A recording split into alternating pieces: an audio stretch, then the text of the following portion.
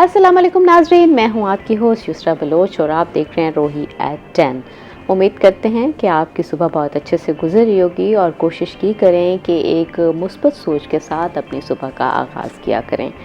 आज के प्रोग्राम में हम बात करेंगे मार्का हक ऑपरेशन बनियान और मरसूस। ये वो मरहला था जिसमें पाकिस्तान ने ना सिर्फ दुनिया में अपना लोहा मनवाया बल्कि पाकिस्तान ने ये भी पैगाम दिया है कि पाकिस्तान ख़ुद मुख्तारी, सलामती और वक़ार पर कोई समझौता नहीं करेगा। और दूसरा, ना सिर्फ हमारी दिफाई अस्करी तैयारियाँ इससे साबित हुई और जो मुल्क में हमारे कौम थी उसका अज़म भी दुनिया के सामने नुमाया हुआ। आज हम इसके ऊपर बात करेंगे अपने जो हमने मकार दुश्मन को शिकस्त फाश किया था। हमारे साथ स्टूडियो में मौजूद हैं खालिद बेग, डिफेंस एनालिस्ट हैं। सर, आपको वेलकम करते हैं। उसके साथ हम हफ्ते भर की स्टोरीज़ के ऊपर बात करेंगे। हमारे साथ हमारे सीनियर रिपोर्टर राना सलमान मौजूद हैं। सलमान, आपको वेलकम करते हैं। जी, कैसे हैं? अल्हम्दुलिल्लाह। अच्छा सर, सबसे पहले तो हम आपसे आगाज़ करते हैं क्योंकि डेफ़िनेटली ये हमारे लिए काबिल फ़ख्र लम्हा है बहुत ज़्यादा कि हमारी फ़ोर्सेस ने एक इतना अच्छा इक़दाम और जिस तरीके से दुनिया में हमारी एक साख्त बड़ी पॉजिटिव होकर सामने आई और मार्का हक पाकिस्तान की दिफाई तारीख़ का एक बहुत ही इम्पॉर्टेंट लम्हा है जिसको दुनिया में भी डिस्कस किया जा रहा है और उसके ऊपर केस स्टडीज़ भी अब तो बहुत ज़्यादा हो रही हैं कि जिस तरह से पाकिस्तान ने धूल चटाई भारत को। तो सर, इसके ऊपर क्या कहेंगे आप? देखिए, आज ही का दिन 7 मई, ऐसा लगता है कि कल की बात हो। 7 तारीख को हम मुल्तान से चंद लोग जो हैं वो बहावलपुर पहुँचे और उस मदरसे को देखा जहाँ इंडिया ने B-3 और दूसरा ब्रह्मोस मिसाइल से हमला किया था निसफ रात को 6 और 7 तारीख की दरमियानी शब को। उसमें जो मुनासिर थे तबाही के, वो तो देखकर वैसे ही बंदा हैरान रह जाता है। लेकिन उसमें सबसे अहम बात ये थी कि इंडिया ने जो प्रोपेगेंडा किया टेलीविज़न चैनलों पर अपने, वो ये था कि उसने पाकिस्तान के अंदर मुख्तलिफ जगहों पर इस तरीके से अपने मिसाइल जो है उनको भेज कर या उनके ज़रिए निशाना बनाकर वहाँ पर सैकड़ों की तादाद में दहशत गर्दों को जो है वो हलाक कर दिया है। और इतनी जल्दी अगर इतनी तादाद में किया, अगर थोड़ी बहुत भी कुछ अगर अमवात हो जाए तो उनके निशान और हर चीज़ मौजूद रहती है। तो बहावलपुर में फिर ना सिर्फ हम मुल्तान से बल्कि लाहौर, इस्लामाबाद से भी बहुत सारे जो नामवर सहाफ़ी हैं, तजियाकार हैं, वो वहाँ तशरीफ़ लाए। उसमें बैन अल-अक़वामी सहाफ़ी भी थे। उन्होंने भी देखा कि वहाँ पर तो कोई ऐसी चीज़ नहीं थी। वो पूरा हर चीज़ उन्होंने, मदरसा बहुत बड़ा था, उसके हाल के ऊपर मिसाइल गिरा और उसमें कोई जानी नुकसान नहीं हुआ कि साफ रहे। आधी रात को वो उसमें मस्जिद में, मदरसे में क्या होना था? कुछ भी नहीं था, वो तबाह हो गया। कुरान शरीफ थे वो या बाकी दीनी किताबें थी वो बिखरी हुई थी या तबाही होती नज़र आ रही थी। इसके साथ ही फिर वहाँ के लोगों ने बताया कि वो ये है कि एक मिसाइल आया तो इर्द गिर्द की आबादियों के लोग, बच्चे मोटरसाइकिलों पे और निकले कि क्या हुआ है। मतलब खौफ नहीं था, ये तो समझ आ गई कि धमाका हुआ है, कोई मिसाइल जो है उससे हमला किया गया। अवाम में खौफ नहीं था। जिस वक्त दूसरा मिसाइल आया वो उसके साथ ही एक रिहायशी इलाका था, वो उस रिहायशी इलाके को वो उसके मदरसे मस्जिद ही की प्रेमिसेस में उससे हट के वहाँ उसको निशाना बनाया गया जहाँ पर काफ़ी शहादतें भी हो गई। वो 2 हमला ख़वातीन भी थीं। वहाँ कोई 13-14 बच्चे जो हैं वो भी शहीद हो गए, कुछ मर्द हज़ार भी थे। रिहायशी इलाका था वो। तो ये एक बहुत ही तकलीफ दे था कि वहाँ किस तरीके से वो उन्होंने बेगुनाह बच्चों को और औरतों को और शहरियों को इस तरीके से निशाना बनाया। फिर उस धमाके में कुछ जो आए हुए थे लोग देखने के लिए, क्या हो गया, उनमें से भी कुछ लोग जो हैं वो शहीद हो गए। लेकिन अच्छा, अब कहने का मतलब ये है कि इंडिया को ये ज़रूरत क्यों पेश आए कि उसने 1971 के बाद पहली दफ़ा बैनुल अक़वामी जो एक तरीक़ाकार है उसको, पहले तो लाइन ऑफ कंट्रोल पर तो दोनों मुल्कों के दरमियान जो है वो झड़पें जारी रहती थी। वो मकबूजा कश्मीर की तरफ से इधर कश्मीरी आबादियों, आज़ाद कश्मीर के लोगों पर वो फायरिंग करते थे। पाकिस्तान की फ़ौज वहाँ तैनात है, वो उसका उन्हें भरपूर जवाब देती थी, उनका काफ़ी नुकसान भी होता था। लेकिन पहली दफ़ा था कि उन्होंने बाकायदा जो आलमी कवानीन है उनको सबोटाज करते हुए बाकायदा पाकिस्तान पर हमला कर दी। हमला था पाकिस्तान की सलामती पे। अब नमूदी हो गया या इंडियन आर्मी के जर्नल हो गए, उनके जहन में ये था कि पाकिस्तान रिटेलिएट नहीं करेगा। अच्छा, इसलिए रिटेलिएट नहीं करेगा कि हम दोनों एटमी कुव्वतें हैं कि अगर वो रिटेलिएट करेगा तो उनके जहन में होगा कि शायद इस पे नौबत जो है आलमी ये जो है एटमी जंग तक पहुंच जाए। और दूसरा ये है कि बाकी जो बैनुल अक़वामी कुव्वतें हैं, बड़े ममालिक हैं, वो भी फोर्स करेंगे पाकिस्तान को कि वो कोई जवाब ना दें। लेकिन पाकिस्तान ने 7 तारीख को सर एक कॉलर लाइन पर है, उनका सवाल ले लेते हैं। जी अस्सलाम वालेकुम, कौन बात कर रहे हैं और कहाँ से?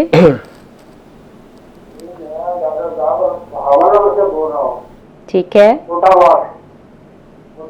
सवाल है कि दफाई लिहाज से हम बहुत मजबूत हो गए हैं, ने कर दिया है, क्या हमें माशी तौर पर भी हमें मजबूत करेंगे कि जो मांगते रहेंगे बैंकों से दूसरों से? ठीक है, thank you so much sir. कहते हैं माशी तौर पर किस तरह मजबूत? पाकिस्तान, ये आपके कॉलर के लिए भी मैं बाकी अपने लोगों को भी ये कहूँगा कि माशी तौर पर भी हाँ बद इंतजामी जरूर है। पाकिस्तान में हमारी मईशत इस काबिल है कि हमने एटमी असला, एटमी ताकत हम बन गए, ठीक है, एटम बम भी बना लिए। ये इतना आसान नहीं है, आपके सामने ही है, आपके साथ ही है कि कितने मुल्क हैं। ईरान की मिसाल आपके सामने है कि कितना उनकी मईशत कितनी मजबूत है, तमाम तर पाबंदियों के बावजूद, उनके ऊपर हर तरफ से उनका नाकाबंदी के बावजूद मईशत जो है इस काबिल है कि वो वहाँ तामीर और तरक्की का सिलसिला रुका नहीं था गुज़श्ता 47 सालों में। लेकिन पाकिस्तान ने इसके बावजूद सर अब यहीं से कंटिन्यू करेंगे, अभी हम जाते हैं ब्रेक पे। नाज़रीन हमारे साथ रहिएगा। वेलकम बैक नाजरीन, हम बात कर रहे थे मार्का हक, ऑपरेशन बनियान और मरसूस के ऊपर। एक कॉलर ने सवाल पूछा था, हमारे साथ स्टूडियो में मौजूद हैं खालिद बेग सर। उन्होंने कहा दिफाई तौर पर तो मजबूत है, मुआशी तौर पर कैसे मजबूत होंगे? उसमें मुआशी तौर पर मैं यही गुजारिश कर रहा था कि मुआशी तौर पर भी हमारे यहाँ किसी चीज़ की कमी नहीं है, सिर्फ बैड गवर्नेंस है। आप ये देख लीजिए कि अभी तरबूज है, यूरोप में चले जाइए, उसकी एक काट के छोटा सा टुकड़ा जो है वो पैक करके वो जितने पैसों में मिलता है, उतने पैसों में आप यहाँ तरबूज से भरा हुआ पूरा ट्रक ले लें। ये एक मैंने आपको सिर्फ तरबूज की मिसाल दी है। कौन सा फल है, कौन सी नेमत है जो हर वक्त हमें अवेलेबल नहीं है। हाँ, हमारे पास सिस्टम नहीं है कि उसको प्रिजर्व कर सकें, उसको बाकायदा उससे फायदा हासिल कर सकें। इसी तरीके से गंदम आपके सामने ही है कि गंदम में चाहे वो गंदम के मौसम में ज़ालाबारी हो जाए, बारिश हो जाए, नुकसान हो जाए, लेकिन अल्लाह ताला की तरफ से इतनी गंदम ज़रूर हो जाती है कि वो हमारी ज़रूरियात पूरी कर सके। हाँ, अब फिर हम ये भी देखना चाहिए कि इस वक्त हम सब ने अपने ऊपर बहुत सारे जो भारी अखराजात हैं वो खुद ही मुसल्लत कर लिए ना। मिसाल के तौर पर पहले घर में एक टेलीफोन होता था, 2-3 हज़ार रुपए का आता था, उसी से सारे रब्ता करते थे। अब आपके हाथ में भी फ़ोन है, मेरे हाथ में भी फ़ोन है, कितना महंगा है ये आपको भी पता है, मुझे भी पता है।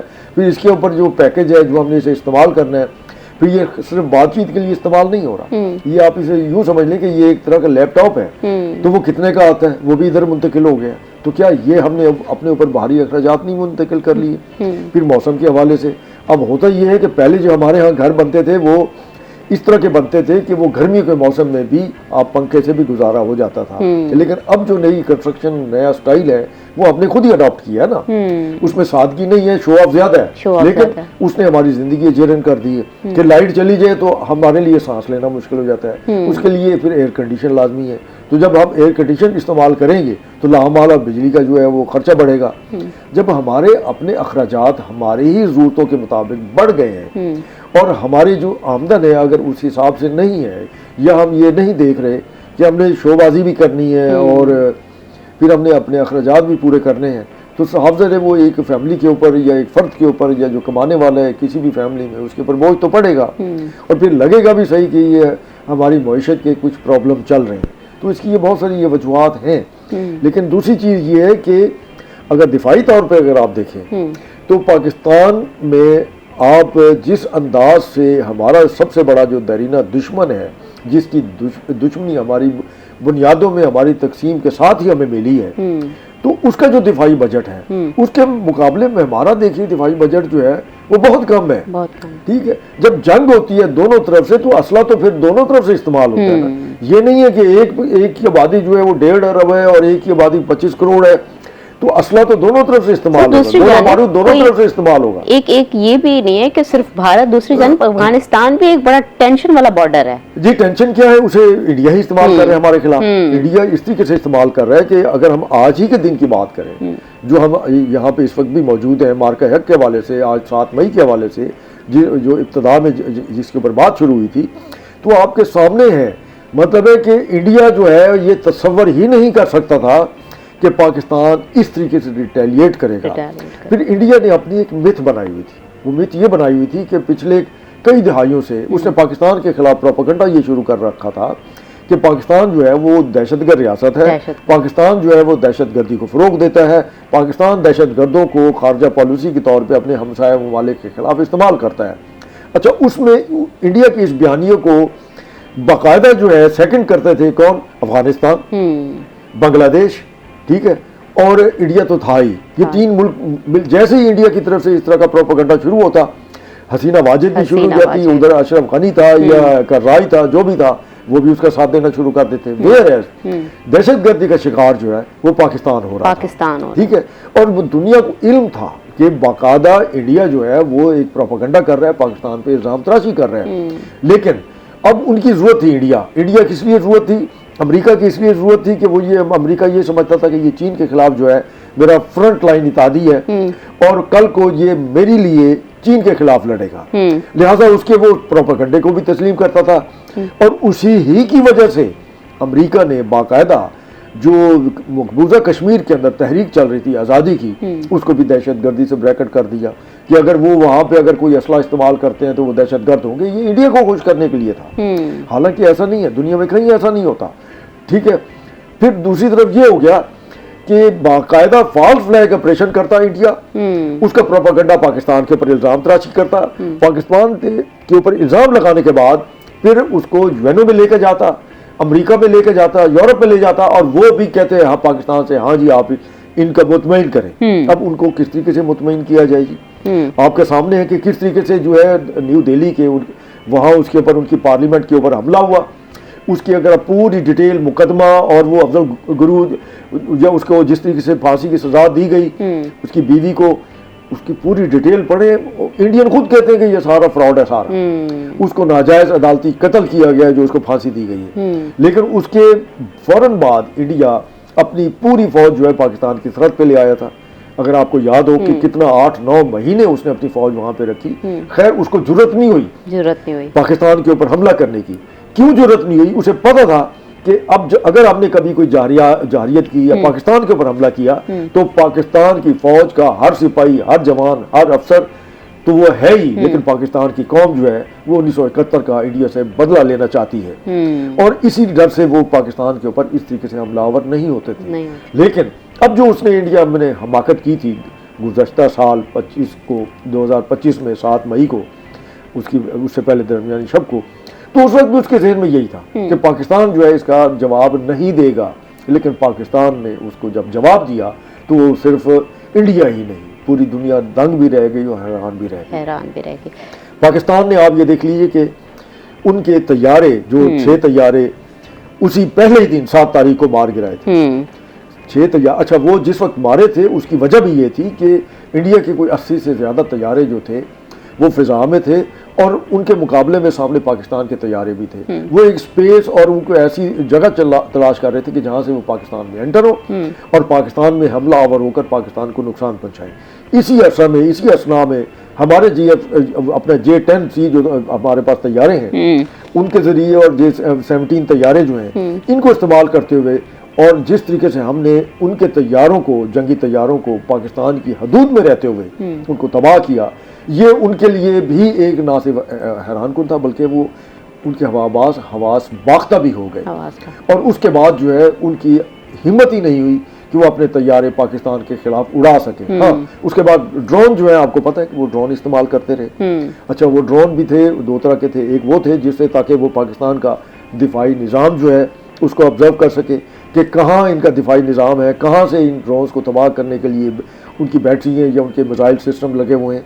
लेकिन पाकिस्तान को भी जल्द ये बात समझ आ गई और उसके बाद अपने दिफाई निज़ाम को उन ड्रोन्स को गिराने के लिए इस्तेमाल नहीं किया गया। हाँ, उसके लिए दूसरा तरीका अख्तियार किया गया और उनको फिर बाकायदा जो है उनके बहुत सारे ड्रोन जो है वो मार गिराए गए जगह जगह पर। और फिर आप ये भी देखिए कि इस अरसे में इंडिया ने भी जो पाकिस्तान के ऊपर हमले किए 2-3 बेसिस पे नुकसान हुआ, लेकिन इतना नहीं कि वो कोई पाकिस्तान के लिए उसे दोबारा काबिल इस्तेमाल बनाने में दिक्कत पेश आती है, ऐसा नहीं था। वो इस तरह का कहीं भी कोई नुकसान नहीं हुआ। लेकिन इंडिया के अंदर उधमपुर एयरबेस पूरा तबाह कर, उनके 4 बेस पाकिस्तान की एयरफोर्स ने पूरे बर्बाद कर दिए, तबाह कर दिए, ठीक है जी। और वो बाकायदा उसमें इस्तेमाल हुआ, उस वक्त फतह सीरीज के जो मिसाइल थे वो इस्तेमाल किए गए। उनका S-400 जो उनकी बैटरी थी वो तबाह की। हमारे ही तैयारों ने बाकायदा उसका गाइडेड जो मिसाइल थे, ये जो S-400 है इसके ऊपर बाकायदा इंडिया ने बड़े फख्र का मुजाहरा किया था दो चीज़ों पे, एक राफेल तैयारों पे कि हमने राफेल तैयारे ले लिए। मोदी ने यहाँ तक कह दिया था कि अगर 2019 में हमारे पास ये राफेल तैयारे होते तो हमारा अभिनंदन जो है वो उसका तैयारा ना गिरता पाकिस्तान में, ना ही अभिनंदन गिरफ्तार होता। और जब ये राफेल तैयारे आए थे तो उसके लिए बाकायदा यही राजनाथ सिंह जो उस वक्त वजीर दिफा था, बाकायदा एक मजहबी तकरीब मुनक़द की गई थी और वो उन तैयारों के ऊपर नारियल तोड़े गए, वो अपना लड्डू रखे गए और उनको गजरे के तैयारों को फूल बनाए गए ऐसे कि ये जैसे कोई देवता आ गया। और उनका वो अपने उस देवता का अंजाम जो है वो गुज़श्ता साल आज ही के दिन इंडिया ने देख लिया। और उसके बाद उनकी हालत ये हो गई कि वो अपने सारे जो तैयारे थे उन्होंने बांग्लादेश और आसाम और उन इलाकों में मुंतकिल कर दिए, वहाँ जो सरहदी उनकी एयर बेसिस थे, ताकि यहाँ जो है हमारे ये तैयारे तबाह ना हों। और उसके बाद भी ये जो कहते हैं ना ट्रंप के 11 तैयारे तबाह हो गए, वो उन तैयारों को भी साथ शामिल करता है। उनके जो तेजाज तैयारे थे जो जदीद उन्होंने बनाए, जैसे हमने F-17 थंडर तैयारे बनाए, तो वो अपनी ही तकनीकी गलतियों की वजह से और अपनी ही वो किसी वजह से वो तबाह हो गए उसी अरसे में। इसलिए वो उन्हें 11 तक ले गए कि इनके तो 11 तैयारे जो है तबाह कर दिए। वो बेसिकली तो उनकी परेशानी की हालत हो गई नहीं, उनके हवाबाजों की भी, और उनके समझ नहीं आ रही थी कि हम क्या करें। मतलब ये है सूरत हाल। और उसमें फिर मैं एक बात और भी गुजारिश कर दूँ कि आज का दिन इंडिया के खिलाफ हमारी फतह जो है उसमें हमारी बहादुर अफवाज ने तो जो कारनामा सर अंजाम दिया वो तो है ही, वो तो काबिल तहसीन है ही, लेकिन उसमें पूरी हमारी कौम जो है वो भी मुबारकबाद की मुस्तहिक है। उसकी वजह यह है कि इंडिया जैसे दुश्मन के मुकाबले में हमारी ये कामयाबी, इसने इंडिया को तो बेड़ा गर्क कर दिया। पूरी दुनिया में अब वो कहीं भी इस काबिल नहीं है कि वो आलमी फोरम पर किसी जगह पर जो है अहम जो दुनिया के मसाइल में उनमें कहीं दिखाई दे।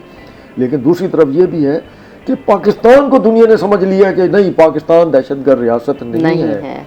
पाकिस्तान के ऊपर इंडिया इल्जाम लगाता था, प्रोपेगेंडा करता था। अच्छा सर, ये भी थोड़ा सा बताएं कि अक्सर हमें देखने को मिलता है कि हमें जंग में घसीटा जाता है, हमारा कोई इरादा या कुछ इस तरह की कोई प्लानिंग जंग के, हम अमन पसंद लोग हैं और कोशिश भी यही होती है। ईरान एंड अमेरिका के इशू के ऊपर भी आप देख लें, हम सालसी का किरदार अदा कर रहे हैं, हमेशा अमन की बात की है क्योंकि हमने बहुत ज़्यादा दहशतगर्दी का सामना किया। लेकिन कहीं ना कहीं देखने को ये मिलता है कि पाकिस्तान में तो जंग का बयानिया कभी भी नहीं बिका, लेकिन भारत में जंग का बयानिया बिकता है। नहीं, जंग का बयानिया नहीं बिकता। वहाँ पर पाकिस्तान के खिलाफ, इस्लाम के खिलाफ, मुसलमानों के खिलाफ नफरत बिकती है। बदकिस्मती से इंडिया के अंदर आहिस्ता आहिस्ता जिस तरीके से हिंदुत्वा, उनके हिंदू इंतहा पसंद राष्ट्रीय सेवक सिंह जो है, RSS जो है, वो अब पेनिट्रेट कर रही है कुछ सालों से। और अब उसने जिस तरीके से मगरबी बंगाल में भी कामयाबी हासिल कर ली, वो कंट्रोवर्शियल है बहुत ज्यादा, क्योंकि 9 मिलियन जो वोटर थे उनको वोटर लिस्टों से उनके नाम गायब कर दिए गए, जिसमें अक्सरियत जो है मुसलमानों के वोट थे।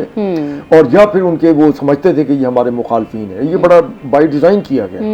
और उसमें इलेक्शन कमीशन भी शामिल था, जो वहाँ के मीडिया खुद बता रहे हैं। उसमें इंडिया का जो सुप्रीम कोर्ट है वो भी मुलव्वस था, और उन्होंने ममता बनर्जी को हरा कर वहाँ मोदी को फतह दिलवानी थी, जो कि बीजेपी आज तक जब से कायम हुई तस्वर ही नहीं कर सकती थी। तो ये आप ये देख लीजिए कि वो जो माइंड सेट है वो जीते क्या हैं। उनके कोई रियासती इलेक्शन हो या उनका जो जनरल इलेक्शन है पूरी रियासतों का, सबका, इंडिया का, उसमें उससे पहले क्या होता है, पाकिस्तान के खिलाफ कोई ना कोई फाल्स फ्लैग ऑपरेशन किया जाता है, अपने ही लोगों को मारा जाता है, अपने ही लोगों को जो है दहशतगर्दी का निशाना बनाकर और फिर पाकिस्तान के खिलाफ प्रोपेगेंडा किया जाता है। और उस प्रोपेगेंडे की बुनियाद पर जो है वहाँ का हिंदुत्व या वहाँ के हिंदू जो हैं वो वोट हासिल करते हैं। अब आप ये देखिए कि ये कल की बात है, वहाँ पर जैसे ही मगरबी बंगाल में बीजेपी जीती है, बाकायदा मुसलमानों के कब्रिस्तान जो है खोद के, ये इंतहाई तकलीफ दे चीज है, मुसलमानों की जो लाशें हैं, मतलब एक तो जिंदा मुसलमान अकलियत की हालत में है ना,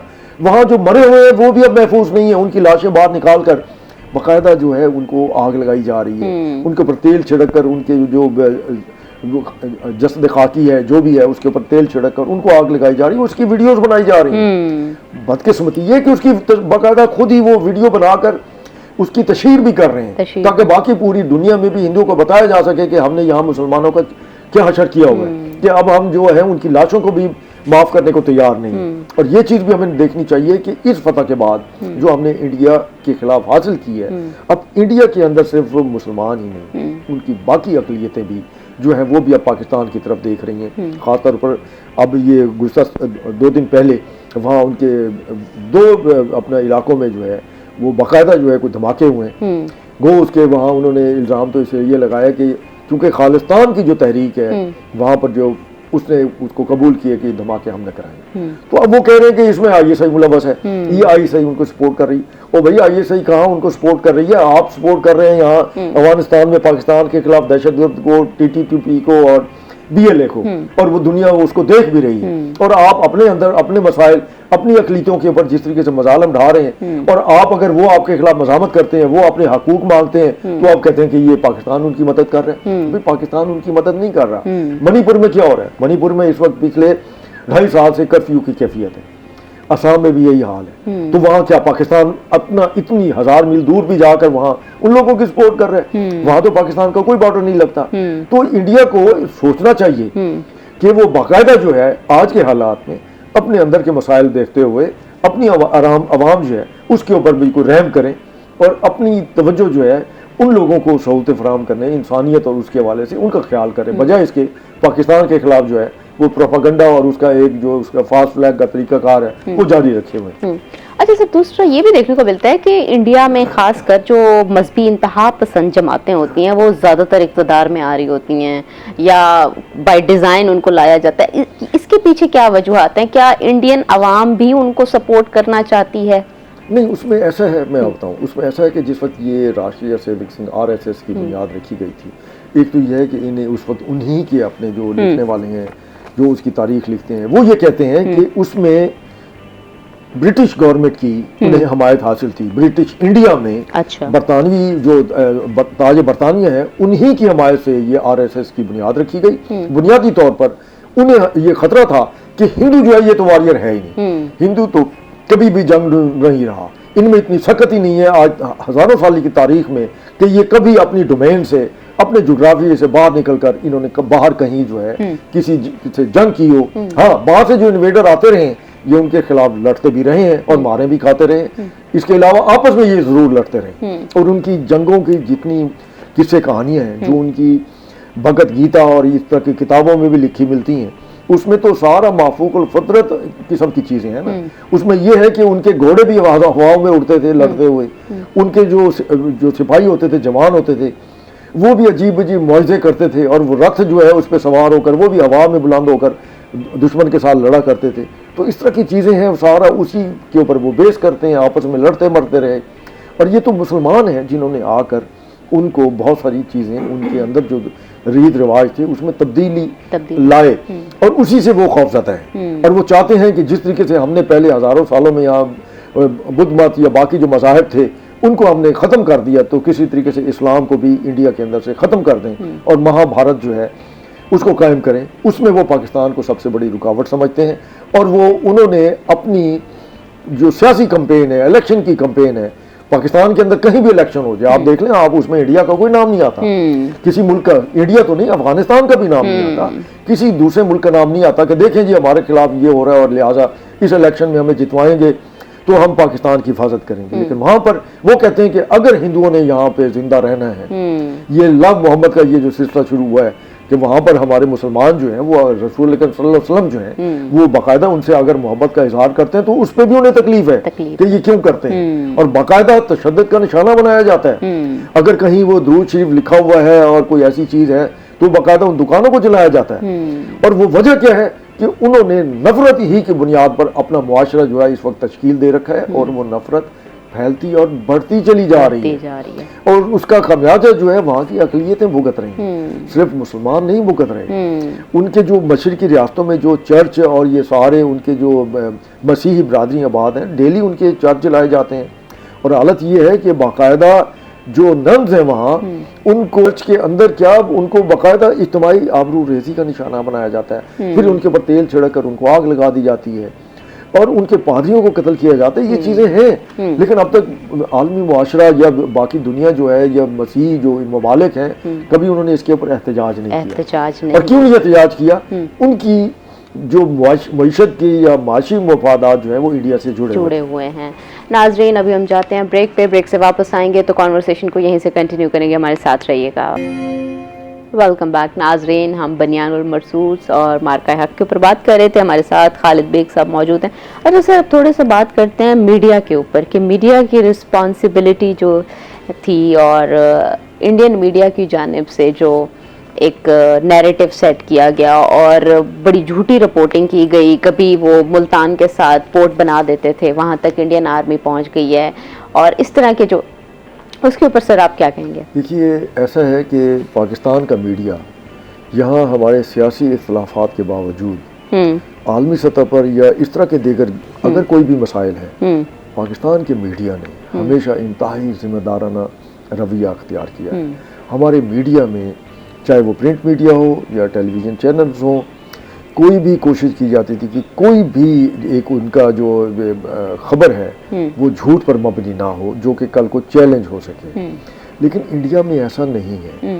इंडिया में टोटल उनका जो एक तरीकाकार है वो झूठ और प्रोपेगेंडे के ऊपर बेस करता है, दूसरों को नीचा दिखाने के लिए, खास तौर पे पाकिस्तान के खिलाफ। फिर दूसरा ये कि हमारे यहाँ अगर आप ये जो मार्का हक और 100 घंटे की ये जो जंग थी इंडिया के खिलाफ, इसमें भी अगर आप ये देखिए कि पाकिस्तान की तरफ से कोई भी भड़क नहीं मारी गई। पाकिस्तान की मीडिया की तरफ से कहीं भी कोई ऐसा जो जुमला या ऐसे अल्फाज या ऐसी खबर जो है वो नशर या नहीं लिखी गई जिससे ये जाहिर हो कि ये कोई नफरत फैला रहे हैं। ठीक है, बाकी तहफ़्फ़ुज़ जो है वो पाकिस्तान के मीडिया का भी हक है, वो भी लड़ रहे थे, उन्होंने बाकायदा अपनी बहादुर अफवाज का साथ दिया, हर सतह पे, हर जगह पे उनके साथ खड़े रहे, पूरी कौम जो है वो भी उनके साथ खड़ी रही। और ये भी एक इंडिया के अंदर अब ये एहसास जो है उजागर हो रहा है कि अगर वो ये समझते थे कि वहाँ पे सियासी इंतशार की वजह से पाकिस्तान की आवाम जो है वो अपनी अफवाज के साथ नहीं है या उसके खिलाफ हो चुकी है, तो ये इनकी बहुत बड़ी गलत फहमी थी। उसका मुजाहरा उन्होंने देख लिया गुज़श्ता बरस, ये 7 तारीख से लेकर 10 तारीख तक कि पाकिस्तान ने उनके खिलाफ जो जंग लड़ी उसमें अकेले हमारी अफवाज नहीं थी, पूरी कौम जो है वो हर तबका से, मतलब हर मसलक से, हर सियासी जमात से, सब जो है वो इंडिया के खिलाफ सफारा थे और अपनी फौज के शाना बचाना साथ खड़े थे। फिर आप ये देखिए कि कौम की शनाख्त जो है इस अंदाज से भी होती है कि इंडिया के अंदर तो बाकायदा अवाम को डराया जाता है इस्लाम से, मुसलमानों से, पाकिस्तान से, और बीजेपी और उसका तो एक जो मंशूर है नैरेटिव ही यही है कि हम हैं तो आपको मुसलमानों से बचाए हुए हैं, वरना ये पता नहीं आपके साथ क्या कर देंगे और पाकिस्तान पता नहीं क्या कर देगा। आपने पहले जैसे ही एक सवाल किया था कि पाकिस्तान कभी भी तौसीब पसंदाना अज़ाइम जो है उसके हवाले से किसी को पाकिस्तान ने न कभी धमकी दी है, ना ही हमारे किसी हमसाया मुल्क को हमारे से ये कभी खतरा आ रहा है। हम तो पहले दिन से ही अपना सिर्फ दिफा कर रहे हैं, और वो दिफा इसलिए भी कर रहे हैं कि इंडिया पहले दिन से पाकिस्तान के दर पे है, पाकिस्तान का नक्शा मिटा देना चाहता है, और पाकिस्तान जो है अपने दिफा के लिए भरपूर तैयारियां करते हुए हर वक्त तैयार है कि अगर पाकिस्तान के खिलाफ किसी ने भी, ना सिर्फ इंडिया ने, अफगानिस्तान की तरफ से भी अगर पाकिस्तान के खिलाफ कोई जारहाना इकदाम उठाया गया तो पाकिस्तान फिर माफ नहीं करेगा और आखिरी हद तक जाएगा। अफगानिस्तान भी देख ले, 26 फरवरी को जिस तरीके से अफगानिस्तान की तरफ से 52 मकामात पर, तवील बॉर्डर है, पाकिस्तान पर हमला किया गया, और वो भी इंडिया की मां पर किया गया। इंडिया उनको इस्तेमाल कर रहा है पाकिस्तान के खिलाफ, क्योंकि एक साल पूरा गुज़श्ता जो गुजर गया इस अरसे में वो सिर्फ ऑपरेशन संदूर 2 और हम ये अभी ऑपरेशन संदूर 1 खत्म नहीं हुआ, हमने जंग मुअत्तल की है, दोबारा कभी शुरू हो सकती है, धमकी तो देते रहे। अमलन उनके यहाँ हौसला नहीं था कि पाकिस्तान के खिलाफ दोबारा वो कोई इस तरह की जाहिरियत कर सके जिसका मुजाहरा उन्होंने 6 और 7 मई की दरमियानी शब 2025 में किया था। हाँ, अफगानिस्तान को उन्होंने इस्तेमाल पहले भी कर रहे थे और अब ज्यादा खुल के कर रहे हैं, और वो खुल के इसलिए कर रहे हैं कि उनको बाकायदा पैसा भी फराहम कर रहे हैं और दीगर लालच भी दे रहे हैं, जिससे अफगानिस्तान भी आलमी सतह पर बड़ा तनाई का शिकार हो गया। अफगानिस्तान के अपने अंदर बड़ी बुरी हालत है, उसके बावजूद उन्होंने 26 फरवरी की शब जिस तरीके से हमला किया पाकिस्तान पे, तो पाकिस्तान ने उसके बाद फिर उनका नहीं, अब तक पाकिस्तान के अंदर दहशतगर्दी हो रही थी और आप दहशतगर्द भेज रहे थे, अब आपने खुद इस तरीके से हमला किया तो फिर भुगते हैं। उसके बाद आप देख लें तकरीबन कोई और कुछ भी नहीं तो 800 के करीब जो है उनके टैंक और बख्तरबंद गाड़ियाँ पाकिस्तान तबाह कर चुका है। और बहुत सारे कंधार से लेके जलालाबाद से लेके दिल्ली तक बहुत सारे इलाकों में जो उनके दहशतगर्दी के तरबियती कैंप थे, जो उनके बाकायदा डंप थे जहां उन्होंने असला जखीरा किया हुआ था, वो तबाह किया पाकिस्तान ने। और फिर ये हुआ कि अभी ये गुज़श्ता हफ्ते ही की रिपोर्ट है कि अफगानिस्तान ने अब जो नया काम किया है कि वो अपने इस तरह के जो मराकज़ हैं दहशतगर्दी के और उन सबको आबादियों में ले गए, काबुल की आबादियों में ले गए, और काबुल की आबादियों में ऐसी जगह ले गए जहाँ वो हाईली पॉपुलेटेड है, ताकि अगर पाकिस्तान वहाँ कोई उनके खिलाफ एयर स्ट्राइक करे या कोई हमला करे तो वो बता सकें कि देखिए जी इसके नतीजे में ये जो है इतने हमारे सिविलियन औरतें बच्चे और झूठ बोले और पाकिस्तान को बदनाम करने की कोशिश। लेकिन दुनिया अब उनके इस मौक़िफ़ को तस्लीम करने को तैयार नहीं है, और इंडिया जो है वो भी जो कुछ कर रहा है वो भी आपके सामने है कि अब इंडिया के अंदर ये सकत तो नहीं है कि पाकिस्तान के ऊपर हमलावर हो, और आइंदा 10 साल तक तो उसकी ये सकत और जुर्रत नहीं होगी। हाँ, उसके बाद अगर कोई ऐसा अनहोनी कर लेता है, कोई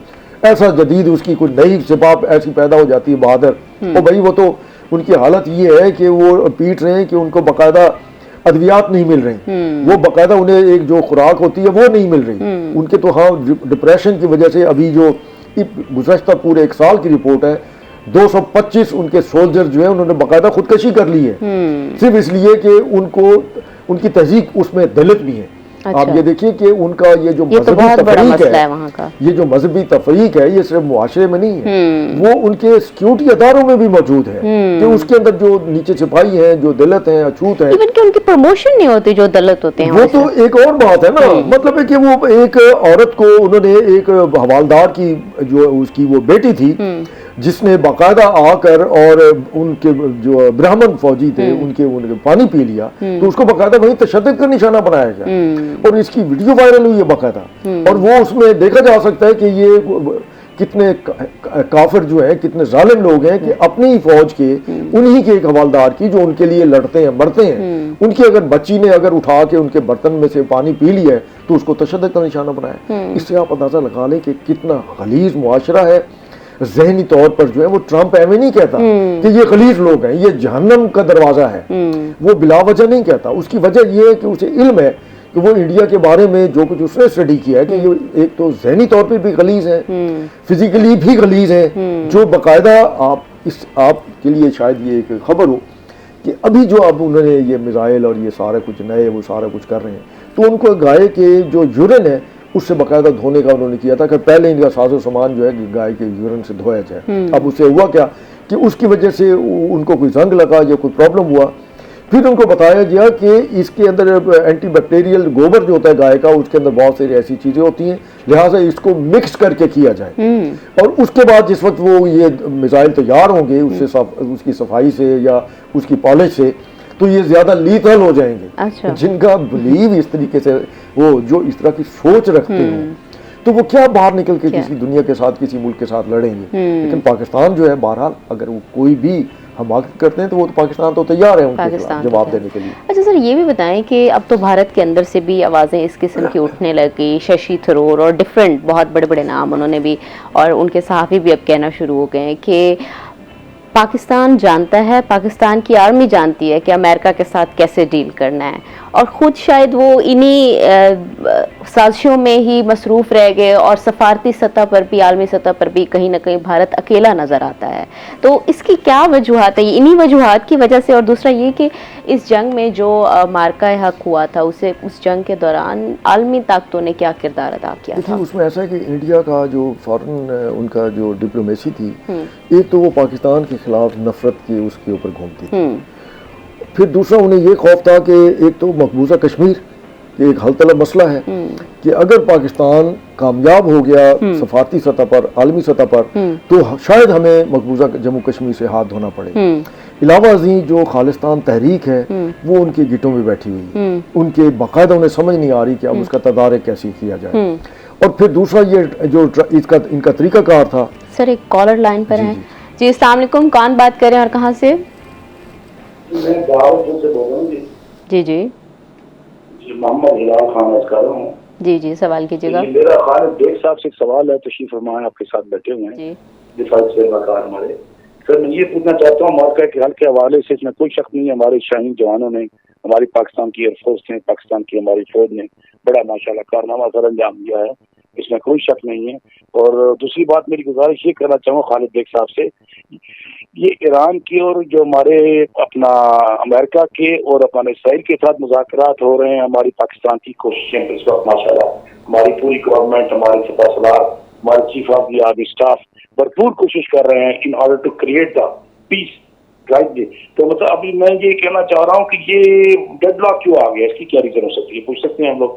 क्योंकि बाज़ औक़ात वो स्वार्थ कभी ईरान वाले भेज देते हैं, कभी अमेरिका वाले भेज देते हैं। इस पर जरा खालिद बेग साहब से पूछें, क्योंकि पाकिस्तान का बड़ा रोल है इस पीसफुल नेगोशिएशन जो हो रही है हमारी इस्लामाबाद के अंदर। तो इस हवाले से खालिद बेग साहब ने जरूर बताएं कि ये पेशरफ क्यों नहीं, क्या वजह क्या है, किस तरफ से है, क्या पीछे से इसराइल का इतना प्रेशर है कि वो एंटी इस्लामिक मकसद के फोर्स के तौर पर वो अमेरिका के ऊपर छाया हुआ है। इस पे खालिद बेग साहब, ठीक है, थैंक यू आपका क्वेश्चन आगे। इनका सवाल बड़ा अच्छा है। उसमें ऐसा है कि पहले भी शायद ब्रेक में आपके साथ यही बात हो रही थी कि जिस वक्त ये वैंस और उनके नुमाइंदे और पाकिस्तान में तशरीफ़ लाए थे और ईरान की तरफ से भी उनके वज़ीर ख़ारजा और स्पीकर जो हैं वो तशरीफ़ लाए थे और जो मुज़ाकरात और बातचीत हो रही थी आमने सामने और तवील 21 घंटे तक ये बातचीत होती रही, तो उसमें पाकिस्तान ने पूरी कोशिश की कि जब तक ये मुज़ाकरात किसी मुस्बत अमल तक हतमी शक्ल नहीं ले लेते हम कोई स्पेकुलेशन नहीं करने देंगे, ना ही कोई चीज़ बाहर आएगी। और अमेरिका ने भी एग्री किया। यही वजह है कि उस अरसे में हमारे और यूरोपियन और मगरबी सहाफ़ी भी जो थे वो कहते पाए गए कि हमारे पास तो खबर कोई आ ही नहीं रही कि हो क्या रहा है। आप ये देखिए कि जो अभी भी कोई तजवीज़ जो एक दूसरे को दी जा रही है उसकी कोई लीकेज सामने नहीं आई कि वो तजावीज़ हैं क्या। हाँ, उनमें से कोई 2-4% कोई ऐसी चीज़ें जो है वो अमेरिकन मीडिया भी निकाल देता है, बाकी चीज़ें भी सामने आ जाती हैं, या कुछ बयानात हैं जो ईरान की तरफ से भी दिए जाते हैं और अमेरिका की तरफ से भी दिए जाते हैं। ये मुज़ाकरात का अमल ना तो रुका है ना मुअत्तल हुआ है। हाँ, चूँकि एक 47 साल का क्लैश था, बहुत ही तवील, और इतना तवील था कि जिसमें बाकायदा ईरान ने बड़ा शैतान करार दिया हुआ था अमेरिका को, और बहुत ज़्यादा नफरतें थीं, और जो अमेरिका ने ईरान के ऊपर पाबंदियाँ लगा रखी थी। फिर ईरान को जिस तरीके से फंसाया गया इराक के साथ 10 साल की जंग के लिए, वो 10 साल की जो जंग थी इसी ईरानी कौम ने लड़ी और वो बड़ी मुश्किल जंग थी। और उसके बावजूद जो है वो ईरान की जो अवाम है, आप ये देखिए कि उनका जो तालीमी निज़ाम है कमाल का है। मतलब आप उनके कोई भी बंदा जो सामने आता है, या वो एमफिल है या पीएचडी है या वो रिसर्च स्कॉलर है, उन बंदा हैरान हो जाता है। उनकी खवातीन, मतलब उनकी जो तालीमी उनकी रेशो है, बंदा हैरान हो जाता है कि इतने मुश्किल हालात में भी, लेकिन इसमें भी, इन हालात में भी पूरी कौम जो है वो ना सिर्फ मुतहद नज़र आती है। और फिर दूसरा ये है कि पाकिस्तान ने भी भरपूर कोशिश की, अपने लिए नहीं कि हम करा रहे थे, ये पाकिस्तान का कमाल था कि ईरान भी पाकिस्तान पे एतबार कर रहा है, अमेरिका भी पाकिस्तान पे एतबार कर रहा है, और दीगर मुस्लिम ममालिक या यूरोप के ममालिक जो हैं वो भी पाकिस्तान की तरफ से जो मीडिएशन है, जो सफारतकारी है, बीच में सहूलतकारी है, उसको कदर की निगाह से देखते हुए खामोश हैं कि भाई ये बेहतर तरीके से मामला आगे बढ़ा रहे हैं। अच्छा, इस दौरान जो है इसराइल की तरफ से, जैसे इन्होंने हमारे ये कॉलर ने बात की, अमेरिका पे तो प्रेशर हो सकता है, पाकिस्तान पे तो उसका कोई प्रेशर नहीं। इसराइल की ऐसी की तैसी कि वो पाकिस्तान के खिलाफ कोई हरकत करे तो सही। वो हमारे फील्ड मार्शल ने अमेरिका में बैठ के बता दिया था कि भाई अगर इसराइल को कोई तकलीफ है और पाकिस्तान के खिलाफ अगर कोई कार्रवाई हुई तो फिर पाकिस्तान नहीं, फिर दुनिया को पता लग चलेगा कि हम अपने साथ आधी दुनिया को भी लेकर जाएंगे। और वो बड़ा वादे कर दिया था, और उसके जो कुछ उन्होंने कहा था वो उनका मतलब भी यही था। लेकिन अब ऐसा है कि हमें भी थोड़ा सब्र का मुजाहरा करना चाहिए, हमें भी जज्बाती नहीं होना चाहिए, और देखना चाहिए कि मामला बड़े ही अच्छे तरीके से आहिस्ता आहिस्ता के बढ़ रहे हैं। हाँ, उसमें कोई ना कोई ऐसी चीज़ हो जाती है। फिर एक और है कि अब दोनों ने, ईरान की जो लीडरशिप है उन्होंने भी अपनी आवाम को तो मुतमईन रखना है ना, तो उसमें भी बयान साजी और बयानबाजी और ऐसी चीज़ें हो जाती हैं। दूसरी तरफ अमेरिका है, वो भी ट्रंप का तो मिजाज है बढ़ के मारना। सुबह कुछ कह रहे हैं, मतलब जिस चीज़ को सुबह वो पानी कहता है, घंटे बाद उसको वो चाय कह देता है, घंटे बाद वो उसके लिए कॉफ़ी होती है।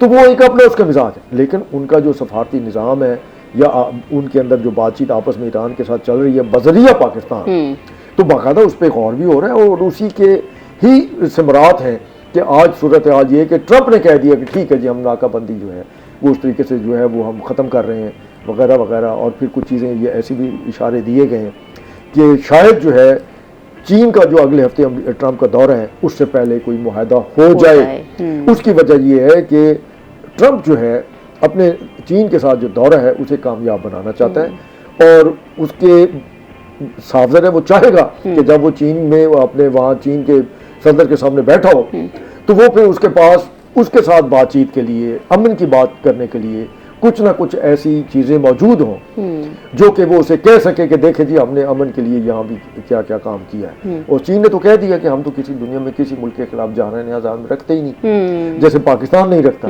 हाँ, लेकिन अगर किसी ने चीन के खिलाफ अगर एक गोली चलाई तो फिर वो उसकी पहली और आखिरी गोली होगी, उसके बाद बाकी सारी कार्रवाई चीन करेगा। ठीक है।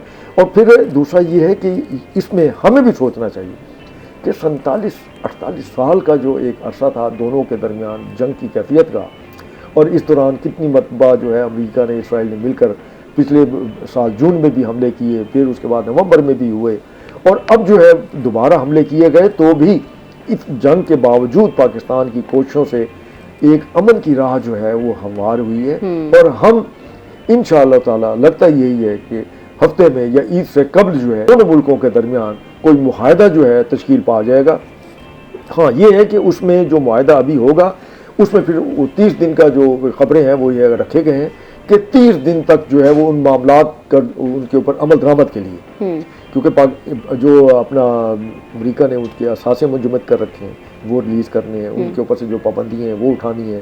इसी तरीके से ईरान ने कुछ वादे वईद किए होंगे जो कि सामने तो नहीं आए, लेकिन ईरान ने भी साबित करना है कि देखिए जी आपके साथ हमारा जो मुआहदा है हमने उसको किस तरीके से एक उसके ऊपर अमल दरामद शुरू कर दी है। 30 दिन के बाद जो है फिर ट्रंप और जो ईरान की क़यादत है इनके दरमियान कोई बैठक होगी। उसमें कहा गया है कि पाकिस्तान में भी हो सकती है, जिनेवा में भी हो सकती है, लेकिन ईरान की कोशिश यही है कि वो पाकिस्तान में हो। तो ये पाकिस्तान की इतनी बड़ी कामयाबी है सफारती सतह पर, जिसमें इंडिया कहीं नहीं नजर आता। इंडिया कहीं, ठीक है। एक तो वो बनियान अल मरसूस और मार्का हक में उसका पाकिस्तान ने बेड़ा गर्क किया आलमी सतह पर, और दूसरा ये जो एक कशीदगी थी आलमी सतह पर, उसमें आप देखें कि हम एक एटम बम भी हमारी कौम ने हमने उस हालत में बनाया जिसमें पाकिस्तान इन्हीं हालात का शिकार था। जिस ज़माने में पाकिस्तान एटम साजी में या एक न्यूक्लियर टेक्नोलॉजी है और इसमें आगे बढ़ रहा था, उस वक्त भी तो हमारी मईशत की यही हालत थी ना। अवाम उस वक्त भी महंगाई को रो रही थी, उस वक्त भी बिजली नहीं थी, उस वक्त भी ये मसाइल थे। तो दिफा जो है वो सबसे ज़्यादा ज़रूरी है। दिफा सबसे ज़्यादा ज़रूरी है। नाज़रीन, अभी हम चाहते हैं एक छोटी सी ब्रेक पे, ब्रेक से वापस आएंगे तो कॉन्वर्सेशन को यहीं से कंटिन्यू करेंगे। हमारे साथ रहिएगा।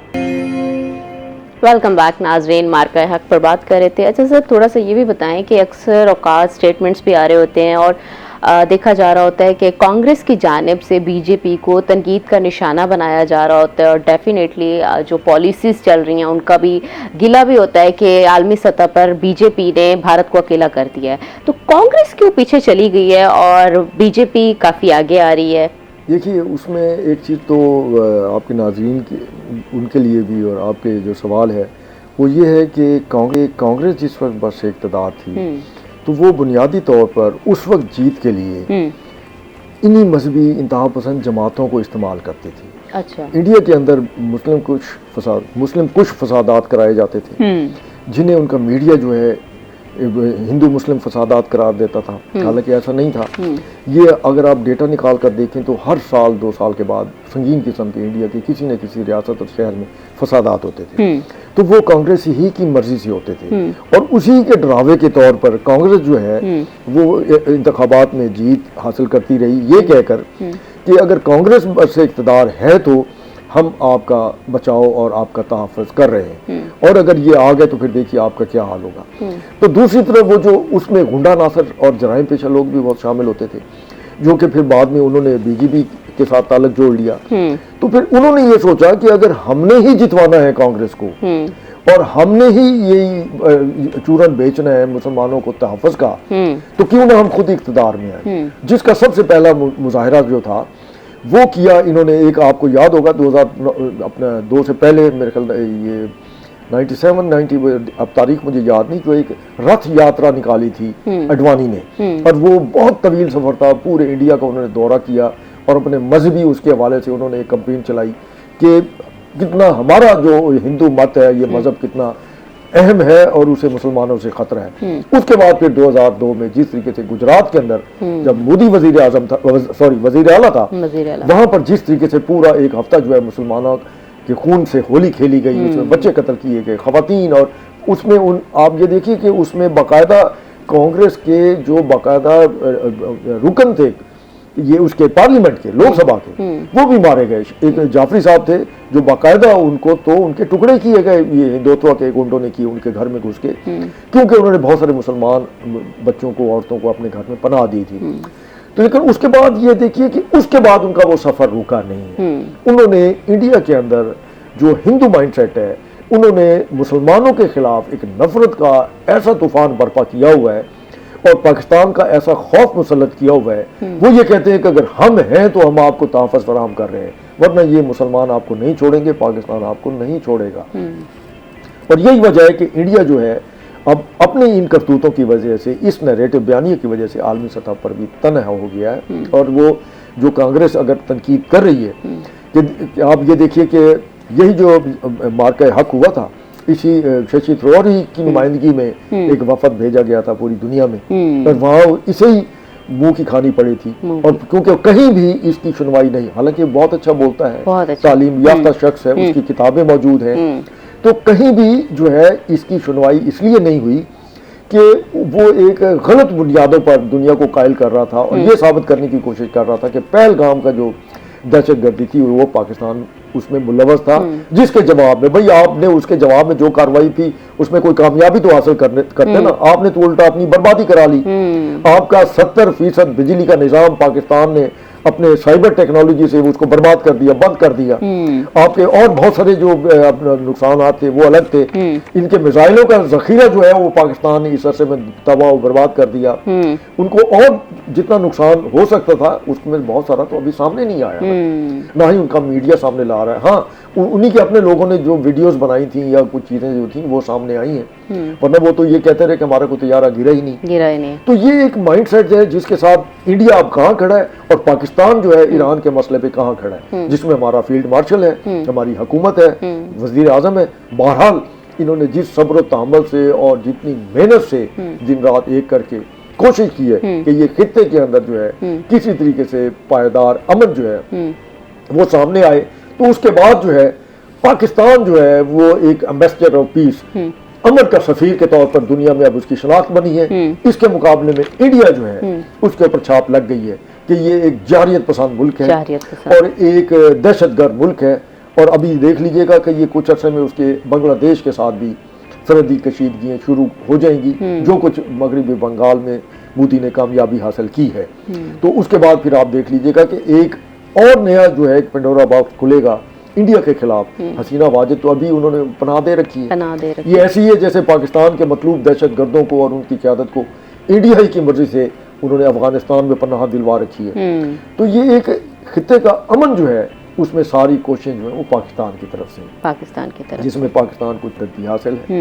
और फिर साथ ये है कि अमेरिका भी अब चाहता है कि इस खित्ते में उसका जितना नुकसान हो गया अब किसी तरीके से वो उसकी बहाली हो सके।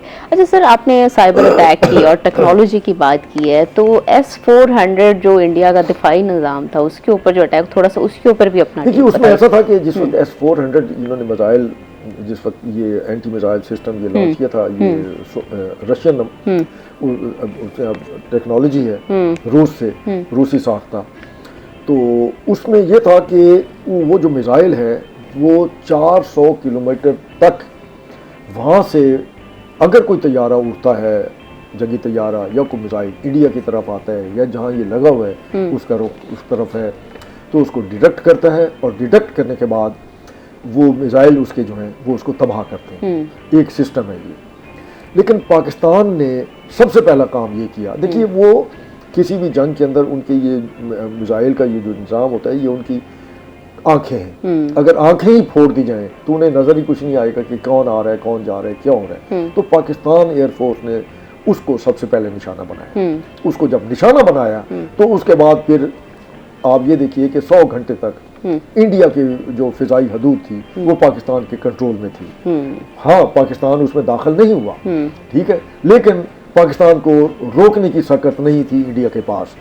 कि पाकिस्तान के फतह मिसाइलों को रोक सके या बाकी मिसाइलों को रोक सके। और पाकिस्तान के पास तो इस वक्त और भी बहुत जदीद ऐसे मिसाइल मौजूद हैं कि अल्लाह ना करे कि उनकी जरूरत पेश आए। उसकी वजह यह कि वो इतने तबाहकुन है कि अगर इंडिया ने कोई ऐसी कार्रवाई की पाकिस्तान के खिलाफ तो उसको वो जवाब मिलेगा जो उसकी आइंदा नस्लें भी याद रखेंगी। नाजरीन, आपने यकीनन आज हमारे प्रोग्राम में गुफ्तगू सुनी होगी कि किस तरह अपने से कई गुना बड़े दुश्मन को हमने शिकस्त फाश किया। उसके ऊपर हमारे साथ खालिद बेग साहब मौजूद थे। आपका बहुत बहुत शुक्रिया, आपने अपना कीमती वक्त दिया है। नाजरीन, अभी हम चाहते हैं आपसे लेते हैं इजाज़त, फिर मिलेंगे नए मेहमानों के साथ। अपनी होस्ट युसरा बलोच को रोही 10 से दीजिए इजाज़त। अल्लाह हाफिज़।